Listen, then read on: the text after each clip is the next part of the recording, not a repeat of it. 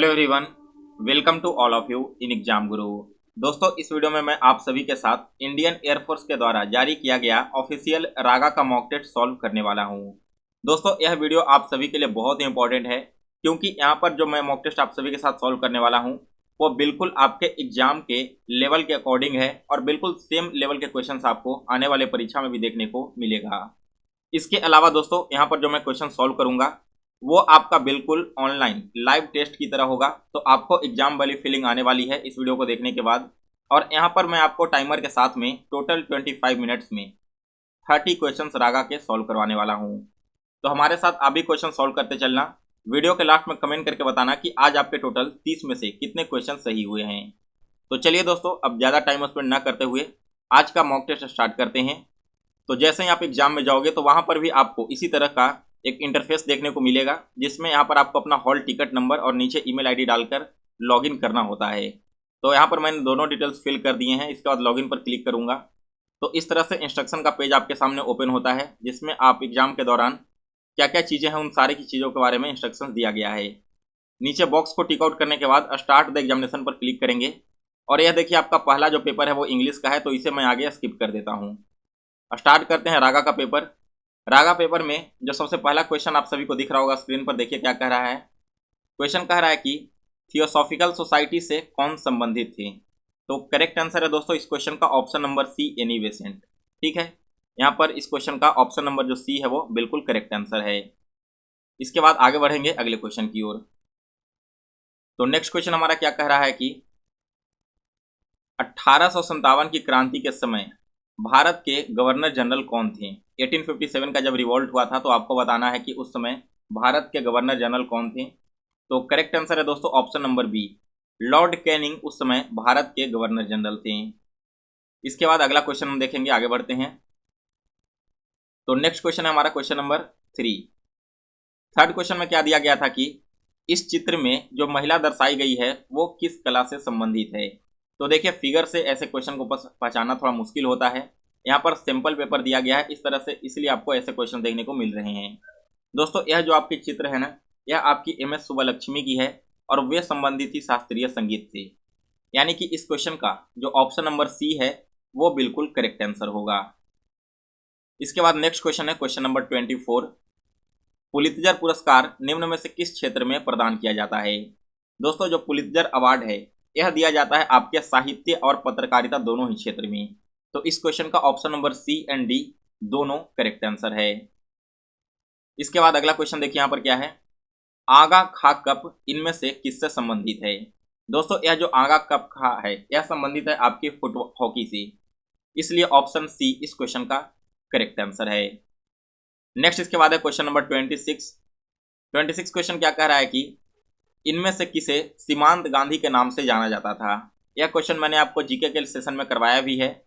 सीमांत गांधी कहा जाता है दोस्तों खान अब्दुल गफ्फार खां को। दैट मीन्स कि इस क्वेश्चन का ऑप्शन बी करेक्ट आंसर है।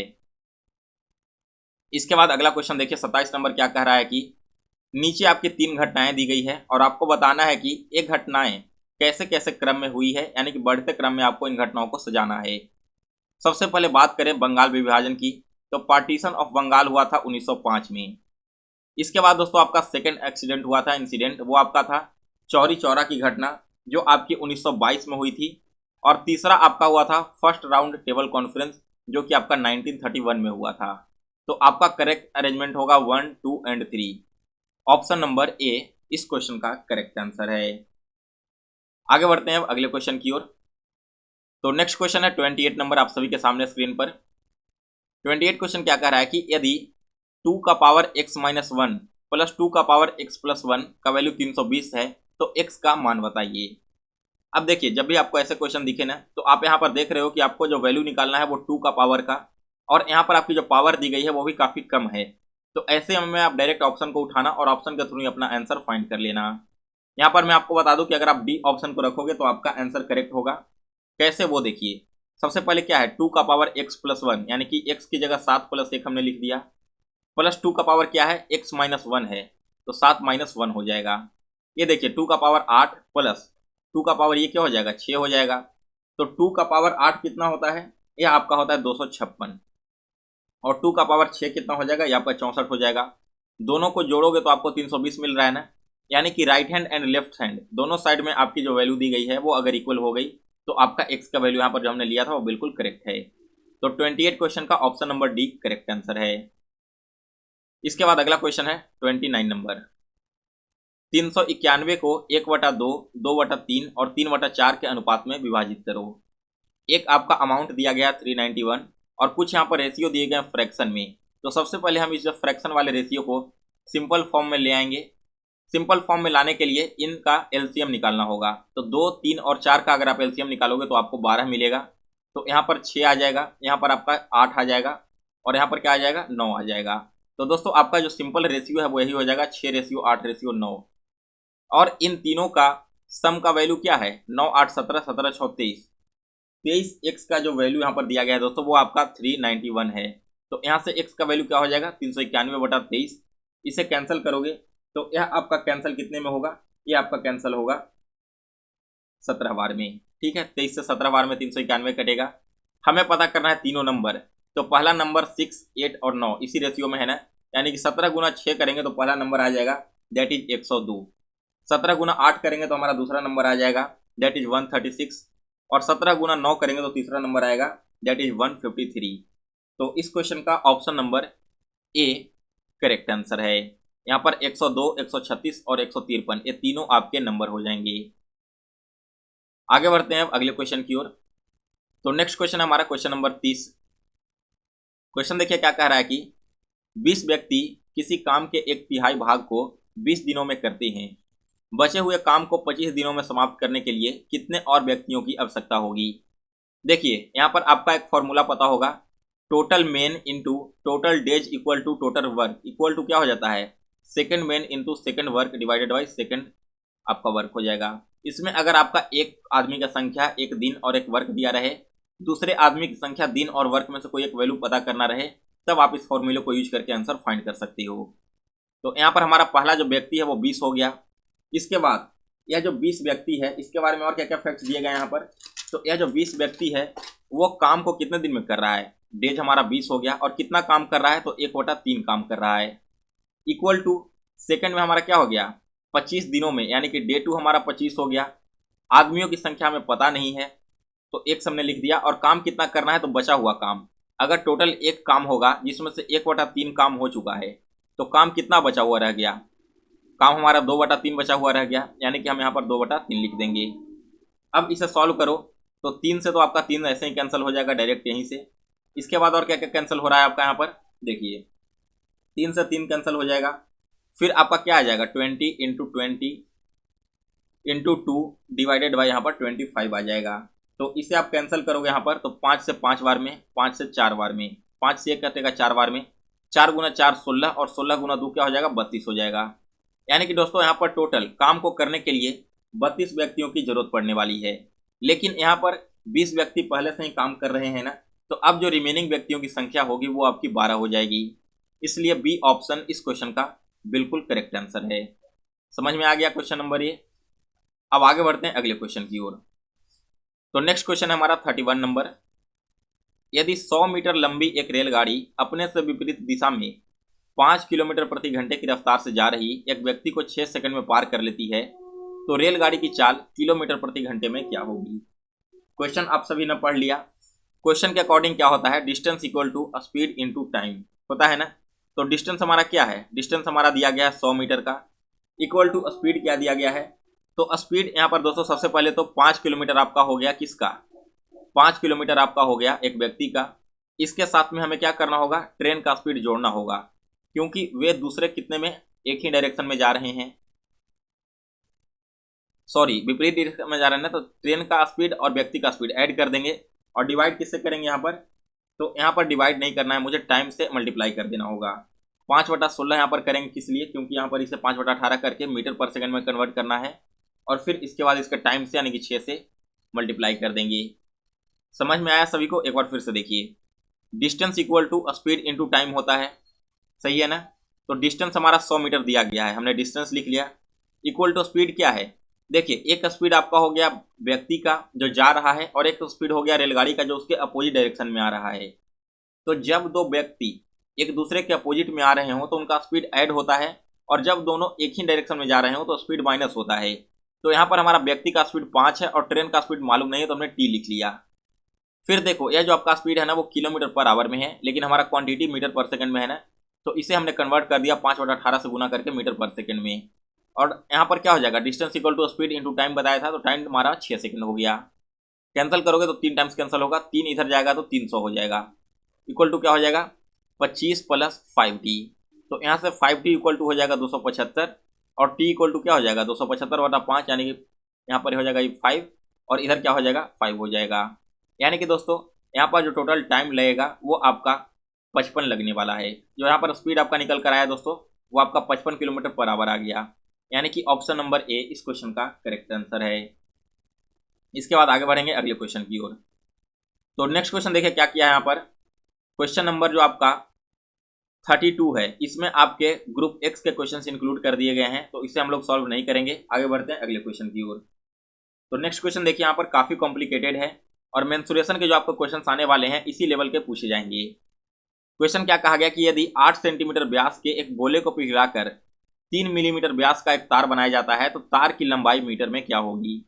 इस क्वेश्चन को सॉल्व करने के लिए दोस्तों सबसे पहले हम ये जो व्यास है यानी कि स्फीयर है, इसका वॉल्यूम किसके वॉल्यूम के इक्वल कर देंगे, आपके ये जो तार है इसके वॉल्यूम के इक्वल कर देंगे। तो यहाँ पर आपका पहला क्या हो गया, स्फीयर का वॉल्यूम क्या होता है 4/3 पाई आर क्यूब। इसका हो जाता है 4/3 इंटू पाई और इंटू आर क्यू। तो आर कितना हो जाएगा हमारा 8 है व्यास, व्यास बोलते हैं दोस्तों डायमीटर को, तो त्रिज्या हो जाएगा 4 सेंटीमीटर, यानी कि 4 का अगर क्यूब करेंगे तो ये आपका 64 हो जाएगा। इक्वल टू किसके आना चाहिए, इक्वल टू आना चाहिए तार के, और तार जो है वो सिलेंड्रिकल फॉर्म में होता है, तो इसका वॉल्यूम क्या हो जाएगा पाई आर स्क्वायर एच, यानी कि हमने यहाँ पर पाई लिख दिया। फिर यहाँ पर हम आर लिखेंगे, तो आर हमारा क्या है 3 है ना, लेकिन 3 आपका मिलीमीटर में दिया गया है, इस 3 को आपको कन्वर्ट कर देना होगा सेंटीमीटर में।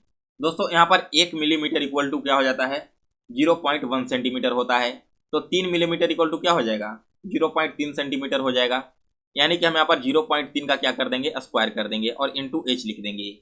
यहाँ से देखिए आपका पाई से पाई तो कैंसिल हो जाएगा, तो यहाँ पर क्या बचेगा 64 × 4 डिवाइडेड बाई 3 इक्वल टू 0.3 का स्क्वायर, यानी कि हम इसे 0.09 लिख सकते हैं और इंटू एच कर देंगे। तो यहाँ से एच का वैल्यू कैसे आएगा इंटू 0.09 करके पॉइंट हटाओगे तो यहाँ पर 100 आ जाएगा। तो एच इक्वल टू आपका हो जाएगा दोस्तों 64 × 4 × 100 डिवाइडेड बाई 3 × 9। इस इक्वेशन को आप सभी लोग सॉल्व कर लेना, क्योंकि यहाँ पर मुझे टोटल 20 मिनट में क्वेश्चन को सॉल्व करना है, तो मैं यहाँ पर इसका कंप्लीट सॉल्यूशन नहीं करवा रहा हूँ, काफ़ी लेंदी सॉल्यूशन हो जाएगा। आंसर आपको मैं बता देता हूँ कि इसे सॉल्व करने के बाद आपका जो आंसर निकल कर आएगा वो आपका आंसर यहाँ पर होगा 37.92 मीटर, 37.92 मीटर। यह दोस्तों सॉल्व करने के बाद आपका सेंटीमीटर में आएगा, सेंटीमीटर को मीटर में कन्वर्ट कर देना। तो आपका जो ऑप्शन नंबर बी है वो इस क्वेश्चन का बिल्कुल करेक्ट आंसर है। चलिए आगे बढ़ते हैं अगले क्वेश्चन की ओर। तो नेक्स्ट क्वेश्चन हमारा है क्वेश्चन नंबर 34 क्वेश्चन कह रहा है कि यदि एक वस्तु पर 12% और 5% का क्रमागत छूट देने पर वस्तु को 209 रुपये में बेचा जाता है तो वस्तु का वास्तविक मूल्य क्या है।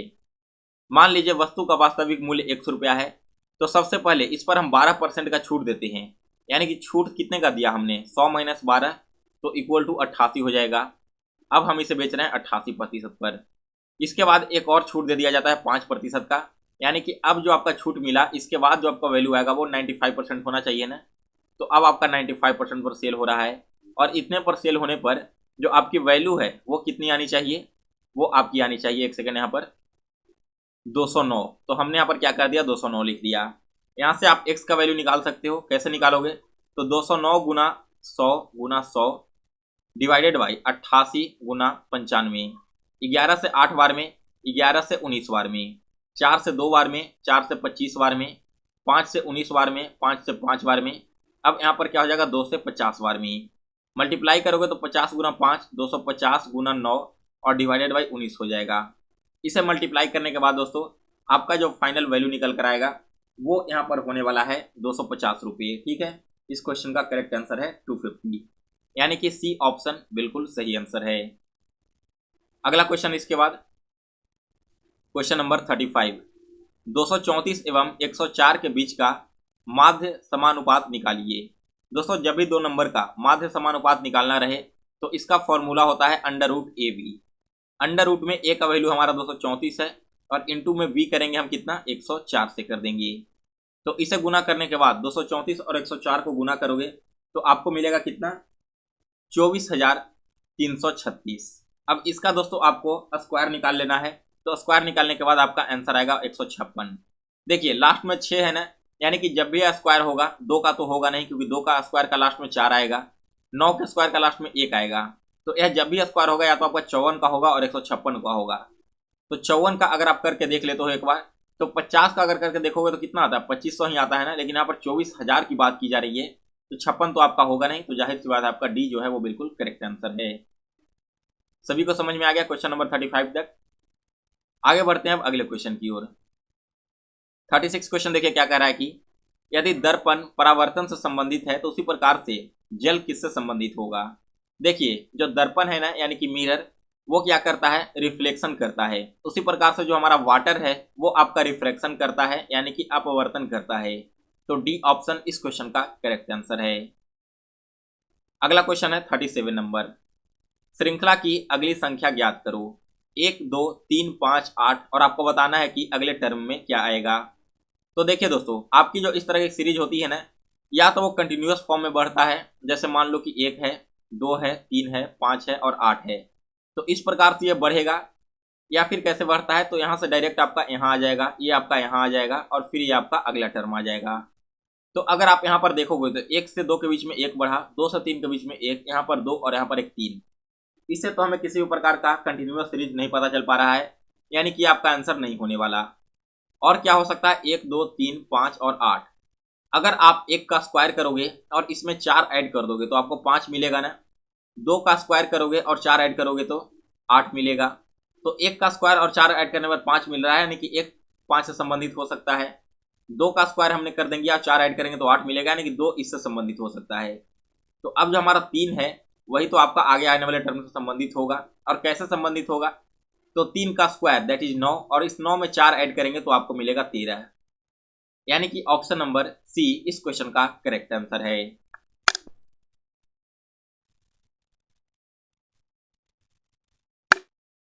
इसके बाद दोस्तों अगला जो क्वेश्चन मैं आपको करवाने वाला हूं वो बिल्कुल सेम क्वेश्चन आपके एग्जाम में इसी साल जुलाई 2022 में पूछा गया है। 1% इस क्वेश्चन में आपका डेटा चेंज नहीं हुआ है। जैसा हूबहू क्वेश्चन आपको यहाँ पर मॉडल पेपर में देखने को मिल रहा है वही सेम क्वेश्चन आपका एग्जाम में पूछ लिया गया था। क्वेश्चन में क्या कहा गया था कि यदि ऐड का वैल्यू 20 है, वेट का वैल्यू 40 है, तो कैट का वैल्यू क्या होगा। देखिए ए और टी में ए का वैल्यू 1 होता है और टी का वैल्यू 20 होता है अल्फाबेट्स में। दोनों को मल्टीप्लाई करोगे तो आपको 20 मिल जाएगा। वेट की अगर हम बात करें तो बी का अल्फाबेट 2, ए का 1 और 20 का 2 हो जाएगा। तो 20 गुना 2 40 और 40 गुना 1 40, यानी कि यहाँ पर भी 40 हो गया। इसी प्रकार से दोस्तों अगर हम कैट का निकालेंगे तो सी हमारा 3, 1 हमारा ए और टी हमारा 20। 3 गुना 1 3 और 3 गुना 20 क्या हो जाएगा 60 हो जाएगा, यानी कि इस क्वेश्चन का ऑप्शन नंबर जो बी है वो बिल्कुल करेक्ट आंसर है। सभी को समझ में आ गया क्वेश्चन नंबर 38। अगला क्वेश्चन देखिए 39 नंबर। राहुल की माँ मोनिका के पिता की इकलौती पुत्री है, तो मोनिका के पति का राहुल से क्या संबंध होगा। देखिए यह क्वेश्चन भी दोस्तों आपका एग्जाम में पूछा गया है। राहुल की जो माँ है वो मोनिका के पिता की इकलौती पुत्री है। मान लो मोनिका है ना और इसके पिता एक्स हैं, तो इनकी जो इकलौती पुत्री बाई हुई वो क्या हो जाएगी, मोनिका की माँ है वो जो पुत्री है, यही कहा गया ना राहुल की माँ। यहाँ पर एक मिनट, राहुल की जो माँ है बाई वो मोनिका के पिता की इकलौती पुत्री है, तो मोनिका के पति का राहुल से क्या संबंध है, यानी कि ये मोनिका है इसके पति का राहुल से क्या संबंध होगा। तो यहाँ पर दोस्तों इसके पति का जो राहुल से संबंध है वो किस चीज का हो जाएगा, वो यहाँ पर आपका हो जाएगा फादर का, यानी कि ऑप्शन नंबर ए जो है वो इस क्वेश्चन का करेक्ट आंसर है। आगे बढ़ते हैं हम अगले क्वेश्चन की ओर। नेक्स्ट हमारा क्वेश्चन नंबर 40 क्वेश्चन देखिए क्या कहता है कि डिस्टेंस एंड डायरेक्शन वाला क्वेश्चन है। कमल उत्तर की ओर 30 मीटर चलता है, फिर दाएं मुड़कर 40 मीटर चलता है और फिर पुनः दाएं मुड़कर 20 मीटर चलता है तथा फिर से दाएं मुड़कर 40 मीटर चलता है। तो अब कमल अपने मूल स्थिति से कितने मीटर की दूरी पर है। ये आपका डायरेक्शन हो गया नॉर्थ साउथ ईस्ट और वेस्ट। कमल चलना प्रारंभ करता है 30 मीटर नॉर्थ की ओर। मान लो कि वो यहाँ से चलना प्रारंभ किया इस पॉइंट से, सबसे पहले वो 30 मीटर इधर की ओर जाता है, इसके बाद वो अपने दाईं ओर मुड़कर 40 मीटर चलता है, यानी कि इधर मुड़ा और यहाँ पर 40 मीटर चला। फिर वो अपने दाएं मुड़ता है और 20 मीटर चलता है, यानी कि इधर चलने के बाद 20 मीटर और चला, और उसके बाद वो फिर से दाएं मुड़कर 40 मीटर चलता है, यानी कि फिर से राइट टर्न लेने के बाद वो 40 मीटर चलेगा तो पहुंच जाएगा कहाँ, इस पोजीशन पर पहुंच जाएगा। आपको बताना है कि इस initial position and final position के बीच की दूरी क्या होगी। तो दोस्तों देखिए यहाँ पर आपकी जो पूरी डिस्टेंस है वो 40 मीटर की है, जिसमें से इतना का डिस्टेंस 30 मीटर है, तो हमारा जो बचा हुआ डिस्टेंस है वो 10 मीटर का हो जाएगा ना, यानी कि बी ऑप्शन इस क्वेश्चन का करेक्ट आंसर है। इसके बाद आगे बढ़ते हैं अगले क्वेश्चन की ओर। तो नेक्स्ट क्वेश्चन देखिए आपका क्वेश्चन नंबर 41 है। क्वेश्चन क्या कह रहा है कि यदि प्लस का अर्थ डिवाइड है, माइनस का अर्थ इनटू है, इनटू का अर्थ माइनस है और डिवाइड का अर्थ प्लस है, तो इस इक्वेशन का वैल्यू क्या होगा। बिल्कुल सेम क्वेश्चन दोस्तों आपका इस बार एग्जाम में भी पूछा गया है अलग अलग शिफ्टों में। देखिए सबसे पहले है 16 डिवाइडेड बाई 8, लेकिन डिवाइड को हम क्या लिखते हैं, डिवाइड का प्लस लिखते हैं ना, तो 16 प्लस 8 हमने लिख दिया। फिर आपका क्या कहा गया है 8 माइनस 4, यानी कि माइनस को हम इंटू लिखते हैं तो इंटू हमने 4 कर दिया। 4 प्लस 2 है, लेकिन प्लस को डिवाइड लिखते हैं तो डिवाइडेड बाई 2 लिख दिया। और फिर यहाँ पर इंटू 4 है, लेकिन इंटू को हम माइनस लिखते हैं तो माइनस हमने 4 लिख दिया। 2 से 1 कैंसिल होगा 2 बार में, तो 16 प्लस 8 गुना 2 क्या हो जाएगा 16 हो जाएगा, और माइनस 4, तो 16 प्लस 16 32, और 32 में से 4 जाएगा तो 28। आपका ए ऑप्शन इस क्वेश्चन का करेक्ट आंसर है। इसके बाद अगला क्वेश्चन देखिए यहाँ पर क्या कह रहा है। क्वेश्चन कह रहा है कि एक समूह में 50 मुर्गियां हैं, 45 बकरियां हैं, 8 ऊंट है और कुछ उनके रखवाले हैं। यदि कुल पैरों की संख्या सिरों की संख्या से 224 अधिक है तो समूह में कुल कितने रखवाले हैं। क्वेश्चन आपने पढ़ लिया, देखिए इस क्वेश्चन को कैसे सॉल्व करते हैं। तो यहाँ पर देखो मान लो कि टोटल 50 मुर्गियां जो है ना, तो इनके पैरों की संख्या क्या हो जाएगी 100 हो जाएगा, क्योंकि एक मुर्गी के 2 पैर होते हैं। 45 बकरियां हैं तो इनके पैरों की संख्या क्या हो जाएगी, इनके पैरों की संख्या हो जाएगी 180, 4 पैर वाले बकरियां होते हैं। और 8 ऊँट हैं 4 पैर के होते हैं, तो इनके पैरों की संख्या 32 हो जाएगी। यानी कि दोस्तों जो टोटल पैरों की संख्या है वो आपका 312 हो गया। और इसमें मान लो कि टोटल कितने हो जाएंगे, एक्स आपके रखवाले हैं, तो रखवाले के पैरों की संख्या क्या हो जाएगी 2x हो जाएगी, यानी कि टोटल पैरों की संख्या आपकी 2x हो गई। अब कहा गया है कि यहाँ पर आपकी लेग पैर की संख्या तो हमने निकाल लिया, अब हेड कितना होगा, सर कितना होगा, तो 50 मुर्गी का सर, 45 बकरी का सर, 8 आपकी ऊँट का सर और एक्स आपका रखवाला का सर। टोटल ऐड करोगे तो यहाँ पर रखवालों का जो टोटल सर है वो आपका निकल कर कितना आ जाएगा 103 प्लस एक्स। अब क्वेश्चन में क्या कहा गया कि 312 प्लस 2x 103 प्लस एक्स, ये आपका क्या हो जाएगा लेग हो जाएगा, ये आपका हेड हो गया। तो कहा गया कि पैरों की कुल संख्या सिरों की कुल संख्या से 224 अधिक है, यानी कि हम यहाँ पर क्या कर देंगे प्लस 224 लिख देंगे। इसे सॉल्व करोगे तो 312 माइनस 224 हो जाएगा equal to 103 plus X minus 2x हो जाएगा। 312 में से 224 को माइनस करोगे तो इसे माइनस करने के बाद आपका वैल्यू कितना आ जाएगा, यह आपका आ जाएगा टोटल ऐड करने के बाद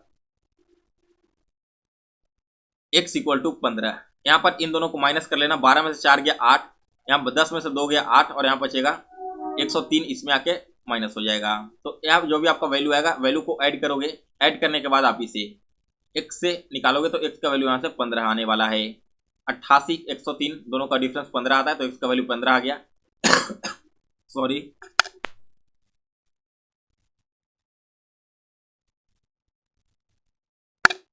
और हमसे पूछा क्या गया था रखवालों की संख्या, तो रखवाला x है ना, यानी कि x टोटल 15 हो गया। अगर आपसे रखवालों के पैरों की संख्या पूछी जाती तो 15 गुना 2 कर देते 30 आ जाता, लेकिन रखवालों की संख्या पूछी गई तो यहाँ पर ए ऑप्शन आपका बिल्कुल करेक्ट आंसर है, सी ऑप्शन 15 हो जाएगा। आगे बढ़ते हैं अगले क्वेश्चन की ओर। इस क्वेश्चन में कहा गया है कि ऐसी कितनी विषम संख्याएं हैं, ठीक है, जिनके ठीक बाद विषम संख्या आती है। तो पहला देखिए यहाँ पर 5 और 1 हो जाएगा, 7 3 हो गया, 3 9 हो गया, 5 7 3 1, फिर आपका क्या हो जाएगा, इसी प्रकार से आगे आपकी और भी संख्या हो जाएगी, 1 2 3 4 5 संख्या हो गई, यानी कि 4 या फिर 4 से अधिक। ऑप्शन नंबर डी इस क्वेश्चन का करेक्ट आंसर है। 44 में कहा गया है कि इनमें से कौन इंग्लिश में सबसे पहले आएगा। तो जो भी आपके चारों वर्ड हैं वो स्टार्ट हो रहे हैं एस और सी से, इसके बाद का जो वर्ड आएगा ना उसी पर डिसाइड होगा कि आपका डिक्शनरी में कौन आने वाला है। तो इसमें देखिए आई है, इसमें ओ है और इसमें एच है। सबसे पहले एच आता है ना, कि यहाँ पर आपका एच आएगा, तो ए ऑप्शन इस क्वेश्चन का करेक्ट आंसर है। अगला क्वेश्चन देखिए 45 नंबर में आपको विजातीय चुनना है, यानी कि कौन इनमें से एक अलग है। तो जो बीजिंग है और चीन है एक दूसरे की राजधानी है, रूस का राजधानी मॉस्को है और यहाँ पर स्पेन की राजधानी मैड्रिड है, लेकिन जापान की राजधानी टोक्यो होता है दोस्तों, सिंगापुर नहीं।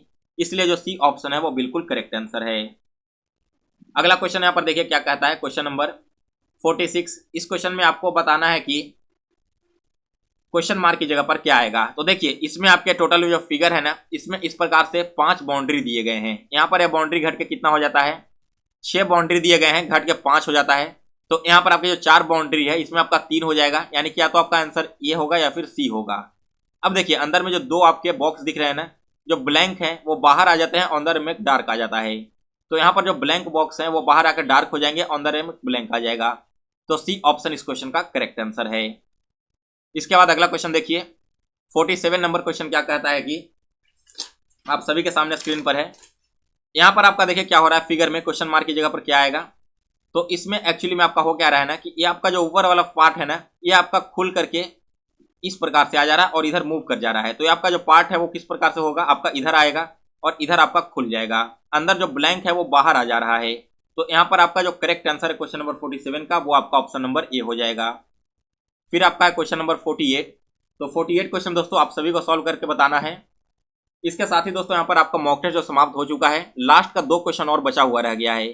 तो मैं एक बार फिर से मॉक टेस्ट को स्टार्ट करके लास्ट वाले 2 क्वेश्चन आपको सॉल्व करवा देता हूँ। चलिए 48 क्वेश्चन से हम आगे अब कंटिन्यू करेंगे फिर से। तो ये आपका हो गया किसना, क्वेश्चन नंबर, एक सेकेंड, ये आपका इंग्लिश का सेट हो गया। इंग्लिश को मैं आगे कर रहा हूँ और उसके बाद आपका रागा का सेट आ जाएगा। रागा में हम सबसे लास्ट में आ जाते हैं, क्वेश्चन नंबर 48 के पास में। यहाँ पर थे हम लास्ट टाइम में। 48 क्वेश्चन में देखिए क्या कहा जा रहा है। अब इस क्वेश्चन में कहा जा रहा है दोस्तों कि आपको क्वेश्चन मार्क की जगह पर बताना है। तो यहाँ पर देखिए आपका जो सर्कल दिया गया है ना, सर्कल यहाँ पर आपका कैसे मूव हो रहा है, या आपका एंटी क्लॉकवाइज डायरेक्शन में मूव कर रहा है और आपका जो यहाँ पर खाली स्थान था वो आपका डार्क हो जा रहा है। तो इसी तरह से आप सॉल्व करके बताना कि 48 क्वेश्चन का इनमें से कौन सा ऑप्शन सही आंसर है। आगे बढ़ते हैं अगले क्वेश्चन की ओर हम। तो क्वेश्चन नंबर 49 आपका है। यहाँ पर भी आपको बताना है कि खाली स्थान में कौन सा फिगर आने वाला है, या फिर इन चारों में से कौन सा एक फिगर अलग है। तो देखिए यहाँ पर आपके जो फिगर दिए गए हैं 4 पार्ट में है, इसमें भी आपकी 4 बाउंड्री है। ये आपका फिगर सिमिलर है, यह भी आपका सिमिलर है। इसमें भी आपका जो दोनों फिगर है वो एक दूसरे का सिमिलर है। लेकिन यहाँ पर क्या हो रहा है दोस्तों कि यहाँ पर आपके 5 फिगर हैं और इसमें आपके केवल कितने दिए गए हैं, 6 फिगर हैं। ठीक है, आप यहाँ पर फिर से ध्यान से देखो, ये वाला जो आपका फिगर है वो इस प्रकार से करके टोटल 6 पार्ट में है, लेकिन नीचे वाला फिगर आपका टोटल 5 ही पार्ट में है ना। तो ये आपका बाकी तीनों से अलग है। ऑप्शन नंबर डी इस क्वेश्चन का करेक्ट आंसर है। इसके बाद अगला क्वेश्चन है यहाँ पर 50 नंबर। 50 नंबर में देखिए क्या हो रहा है कि ये आपका जो आर है वो कैसे बना है। तो अगर हम इसका मिरर इमेज निकालेंगे तो आपका कुछ इस प्रकार से आने वाला है। अगर हम क्यू का मिरर इमेज निकालेंगे तो ये भी आपका कैसे आएगा, ऐसे आएगा। एस का अगर हम मिरर इमेज निकालेंगे तो आपका हमारा एस का मिरर इमेज ऐसे आने वाला है। लेकिन यह दोस्तों आपका जो जी दिया गया है ना, जी का मिरर इमेज कैसे होता, जी का ऐसे होना चाहिए था, लेकिन मिरर इमेज न देकर इसका वाटर इमेज दे दिया गया है, दैट इज की ऐसे। तो बी जो ऑप्शन है वो इस क्वेश्चन का करेक्ट आंसर है। बी बाकी सभी से अलग है। सो गाइस ये टोटल आपका 30 क्वेश्चन था रागा का जो कि सॉल्व हो चुका है। अब वीडियो में आगे बढ़ने से पहले दोस्तों एक छोटी सी इन्फॉर्मेशन है आप सभी के लिए, जो मैं आप सभी के साथ शेयर कर देता हूं। इन्फॉर्मेशन क्या है तो देखिए यहाँ पर दोस्तों, अगर आप एयरफोर्स एग्जाम की तैयारी कर रहे हो और आपको जीके एंड जीएस सब्जेक्ट में प्रॉब्लम हो रही है, तो आपके जीके सब्जेक्ट के लिए मैंने एक ईबुक तैयार किया है, जो कि आपके एयरफोर्स के क्वेश्चन ट्रेंड को ध्यान में रखते हुए ही तैयार किया गया है। इसमें दोस्तों जो भी क्वेश्चन आपको इंक्लूडेड मिलेंगे ना, वो सारे के सारे मोस्ट इंपॉर्टेंट है और यही क्वेश्चन आपको डायरेक्ट आने वाले परीक्षा में भी देखने को मिलेगा। सो आप सभी लोग एग्जाम से पहले इस ईबुक को एक बार जरूर पढ़ लें। यहाँ पर दोस्तों आपको टॉपिक वाइज सारे क्वेश्चन अवेलेबल मिल जाएंगे। इसके अलावा यहाँ पर आपको प्रीवियस ईयर के क्वेश्चन भी दिए गए हैं। तो इस ईबुक को परचेज करने के लिए मैंने जो लिंक दे रखा है डिस्क्रिप्शन बॉक्स में, उस पर क्लिक करके आप परचेज कर लेना, या फिर आप मुझे डायरेक्ट मैसेज करना व्हाट्सएप पर।